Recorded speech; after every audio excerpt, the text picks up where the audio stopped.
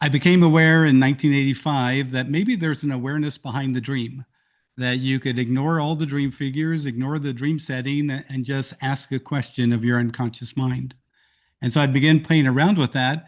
And then I thought, well, I wonder if the awareness behind the dream, if this unconscious mind could explain a concept.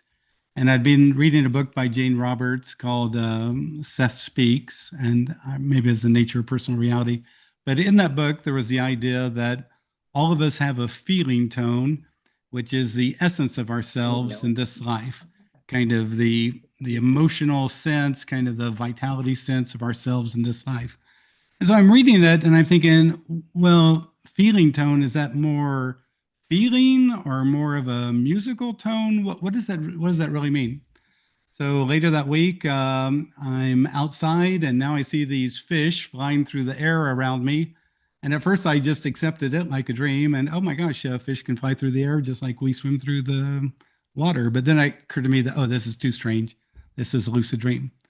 So I stayed calm, I stabilized the lucid dream, and I ignored everything going on around me. And I just looked up and I said, hey, dream, let me hear my feeling tone. And then, if you can imagine this in the lucid dream, suddenly high above me, this little black dot appears. And from it is coming this very kind of high pitched ah sound. So that really surprised me right there. And then as I watched, this little black dot became kind of a small cone.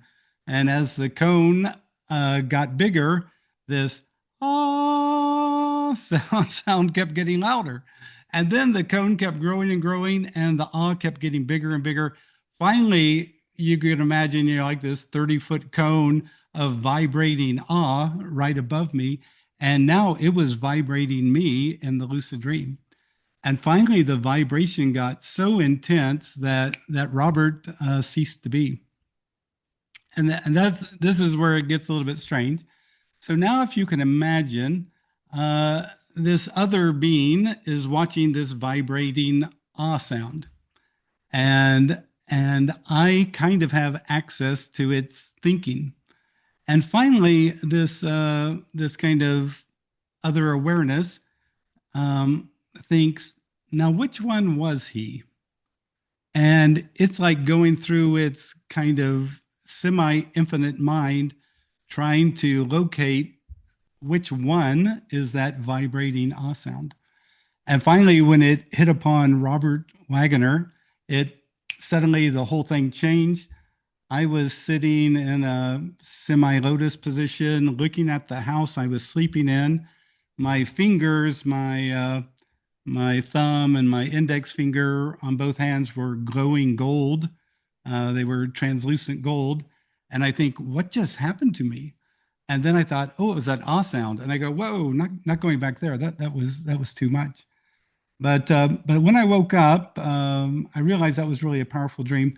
It was probably 3 years later I came across a book on mantras, and there the writer who is from India said that in the Indian Vedic viewpoint, Hindi viewpoint, that everything came into phenomenal existence by virtue of being vibrated into being. And that's why learning mantras are so important, that you can kind of connect with vibrational energies that are connected with phenomenal existence.